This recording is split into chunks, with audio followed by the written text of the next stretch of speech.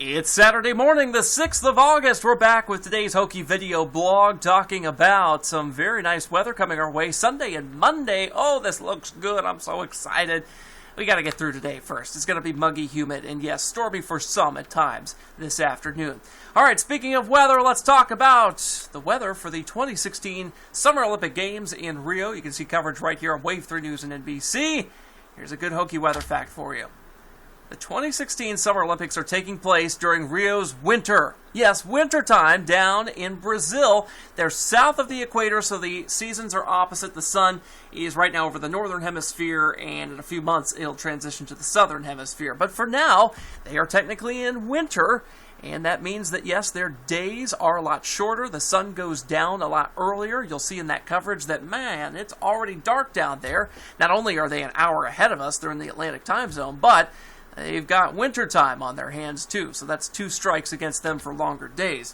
Now, as we head throughout the next few days in Rio, it's going to be perfect for Summer Olympic game weather, just because they are in the tropics. We don't have any sort of problems with winter weather down in Rio because it's so close to the equator.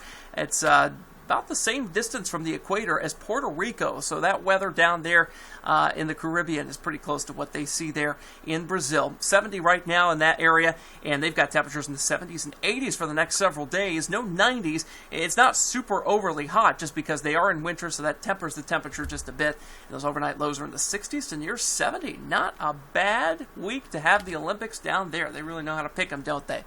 We've got the cloudy skies over us now on our SkyTrack camera. Temperatures basically in the 70s at the moment.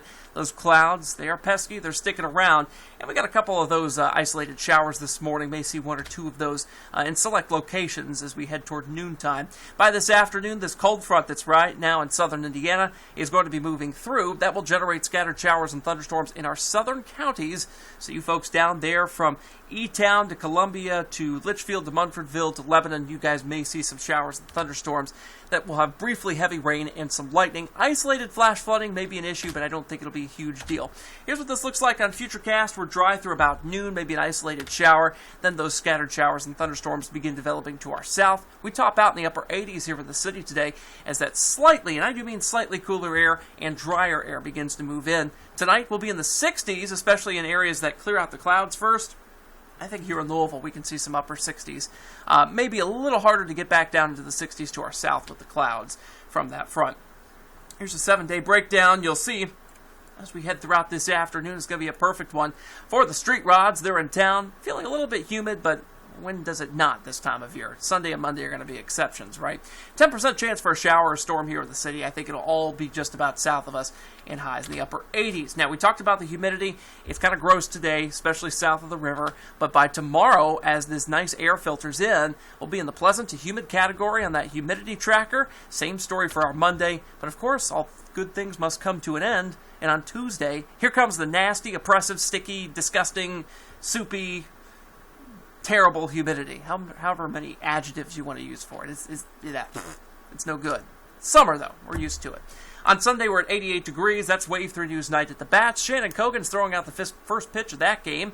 6:05 p.m. against the Columbus Clippers. 87 to start, 83 at the 7th inning, and we are not seeing any rain chances in either that Sunday nor that Monday forecast. Now, by Tuesday, that's when the storm chances return as a slow-moving system from the Gulf of Mexico injects a bunch of moisture into the lower Ohio Valley. That returns those shower and thunderstorm chances just about each day for us as we head throughout the remainder of the work week. You'll see those temperatures edging back into the lower 90s by Thursday, Friday, and as we head throughout the 7-day, from the 7-day to the 14-day earliest alert outlook, we go from the 90s on the 13th to the 80s for a stretch. I do think there will be a system that generates some thunderstorms sometime around the 13th and 14th and tries to cool us down, but then we're right back at it towards State Fair time.